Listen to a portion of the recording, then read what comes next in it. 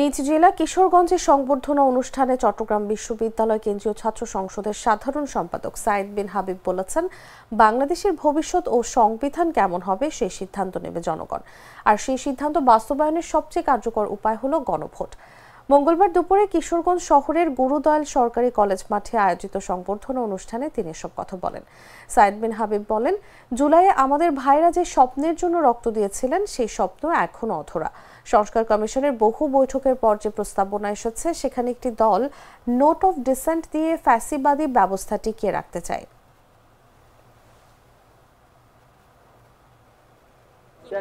বাংলাদেশ কিভাবে পরিচালিত হবে, বাংলাদেশের সংবিধান কেমন হবে, এর সিদ্ধান্ত নেবে বাংলাদেশের জনগণ।